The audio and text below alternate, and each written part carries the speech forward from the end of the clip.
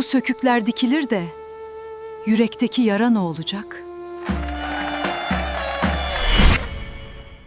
Kayaköy'ün en yoksul evinde tek başına yaşayan bir kadın vardı. Zehra teyze. 75 yaşındaydı ama sırtındaki yük onu 95 gösteriyordu. Kocasını 12 yıl önce toprağa vermiş, tek kızı Elif'i de iyi bir terzi ustası yapmak için gece gündüz demeden çalışmıştı. Köyün kadınları onun evinin önlerine gelip eski elbiseyi bırakır, Zehra bir baksın derlerdi. O da iğnesini eline alır, gözü kararana kadar dikiş dikerdi. Köyde bir de Nazif Ağa vardı. Kayaköy'ün en zengin adamıydı. Tarlaları, zeytinlikleri, 2 katlı taş konağı vardı. Ama parası kadar sert bir dili de vardı. Köylü ondan çekinir, arkasından eli sıkı derdi. Nazif Ağa'nın tek oğlu Kerem, babasının aksine gönlü geniş, yumuşak huylu bir delikanlıydı. Şehirde okumuş, köye dönmüş, tarlaların işini babasıyla beraber yürütüyordu. Bir gün Kerem, babasının tarlasındaki hesapları köyün muhtarına götürürken yolu Zehra teyzenin evinin önünden geçti. Kapı aralıktı, içeriden ince bir ses, bir türkü mırıldanıyordu. Baktı, Elif'ti, dikiş tezgahının başında, iğnesi elinde, kendi kendine türkü söylüyordu. O günden sonra Kerem'in ayakları işi bahane edip sık sık o sokaktan geçer oldu. Aylar geçti. Kerem bir akşam babasına Elif'i istiyorum, onunla evlenmek istiyorum dedi. Nazif Ağa'nın yüzü bir anda taşlaştı. O kızın çeyizi bile yok Kerem. Biz bu köyün en büyük ailesiyiz. Sen kalkmış yoksul bir terzinin kızını mı istiyorsun? Kerem geri adım atmadı. Baba, ben mal değil, gönül istiyorum. O gece Nazif Ağa uyumadı. Sabaha karşı kimse görmeden Zehra teyzenin kapısını çaldı. Zehra Hanım, dedi, sesini yumuşatmaya çalışarak. Oğlum kızını istiyor biliyorum ama ben bu evliliğe razı değilim. Sana bir teklifim var, köyden git. Elif'i alıp başka bir yere yerleş. Sana yetecek kadar para veririm, hem de fazlasıyla. Yeter ki oğlum bu sevdadan vazgeçsin. Zehra teyzenin gözleri doldu ama sesi titremedi. Ağam, ben kızımı para karşılığı satacak kadın değilim. Ama sen de bilmiyorsun ki. Tam o an sustu. Bir şey söyleyecekti, söylemedi. Git ağam, bu evin eşiğinden hayırla çık. Nazif Ağa öfkeyle çıktı gitti. Ama o gece Zehra teyzenin yarım kalan cümlesi, köyün sonraki bahar dedikodusunun fitilini ateşleyecekti. Aradan 3 hafta geçti.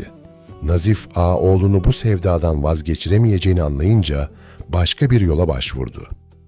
Köyde laf yaymaya başladı. Elif'in şehirde çalıştığı yıllarda gizli bir nişanlısı olduğunu, bu yüzden Kayaköy'e döndüğünü söyledi. Kimden duyduğunu sorana, kendi kulaklarımla diye yanıt veriyordu. Dedikodu, köyün en hızlı yürüyen şeyiydi. Bir hafta içinde herkes bu gizli nişanlı hikayesini biliyordu. Kerem'e de ulaştı elbette. Genç adam önce inanmadı, sonra içine bir kurt düştü. Bir akşam Elif'in yanına gitti, dolambaçsız sordu. Elif'in yüzü bembeyaz oldu. Kerem, bu doğru değil. Ama sana açıklayamayacağım bir şey var. Anneme sormalısın.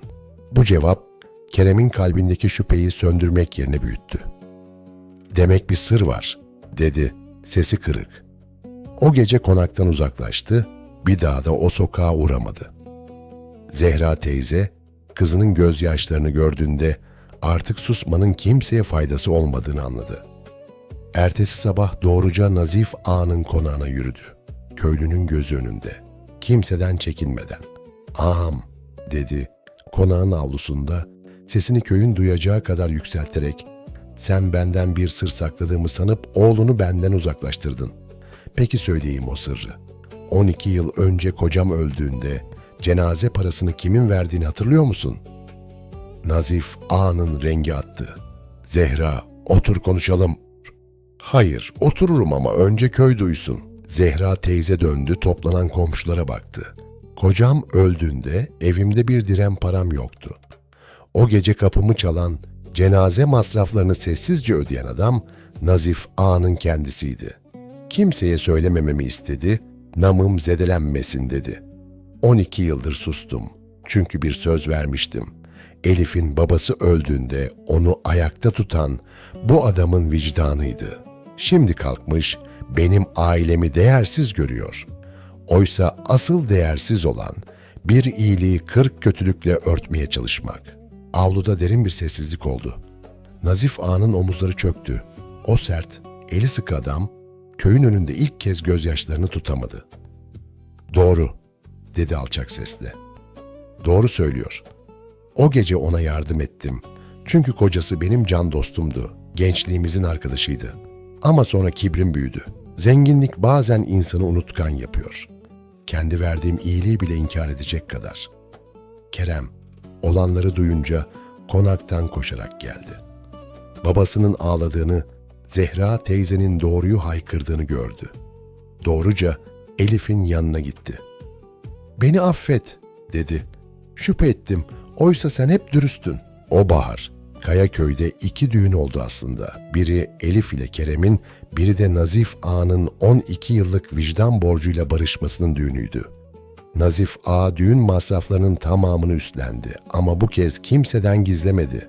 Bilakis köyün önünde "Bu borcumu ödeyişimdir," dedi. Zehra teyze o gün dikiş tezgahının başında gelinliği son kez elden geçirirken kendi kendine mırıldandı. Bir iyilik ne kadar gizlenirse gizlensin, er ya da geç ışığa çıkarmış. Ve bir kibir de ne kadar yüksek dursa dursun, sonunda bir gözyaşıyla eğilirmiş. Kayaköy'de o günden sonra bir eve nohutlu çorba pişerken komşu kapısına gidenler, "Zehra teyzenin çorbası gibi, sade ama içi dolu olsun," derlerdi. Çünkü öğrenmişlerdi ki bazı sırlar tam da ortaya çıktıkları anda insanı yıkmaz. Aksine yıllardır taşınan bir yükü hafifletir. Kıssadan hisse, yaptığın bir iyiliği unutmak kolaydır ama alan kişi asla unutmaz. Kibrini büyütmeden önce kimin sırtında kaç iyiliğin durduğunu bir düşün. Zenginlik insanı başkasından üstün yapmaz. Sadece elindeki imkanı büyütür. Asıl üstünlük o imkanı nasıl kullandığınla ölçülür. Nazif Ağa'nın parası onu köyün en zengini yaptı ama vicdanı onu köyün en değerli adamı yaptı. Ve bu iki şey her zaman aynı anda var olmayabilir. Sevdiğin insana güvenmek, ona sorgusuz sualsiz inanmaktan geçer. Kerem, bir dedikoduyla sevdiğinden şüphe ettiğinde aslında sevgisinin gücünü değil, kendi güvensizliğini göstermiş oldu. Unutmayın, gerçek sevgi fırtınada değil, sessizlikte sınanır. Sevdiğin insana güvenmek, ona sorgusuz sualsiz inanmaktan geçer. Kerem, bir dedikoduyla sevdiğinden şüphe ettiğinde aslında sevgisinin gücünü değil, kendi güvensizliğini göstermiş oldu. Unutmayın, gerçek sevgi fırtınada değil, sessizlikte sınanır. 3. Bir sır taşımak bazen bir fedakarlıktır ama sonsuza dek taşınamaz. Zehra teyze 12 yıl sustu, kimseye yük olmamak için. Ama sükût, haksızlığa ortam hazırladığında artık erdem olmaktan çıkar, sorumluluğa dönüşür. Doğru zamanda konuşmak cesaret ister ama bazen o cesaret hem kendimizi hem sevdiklerimizi kurtarır.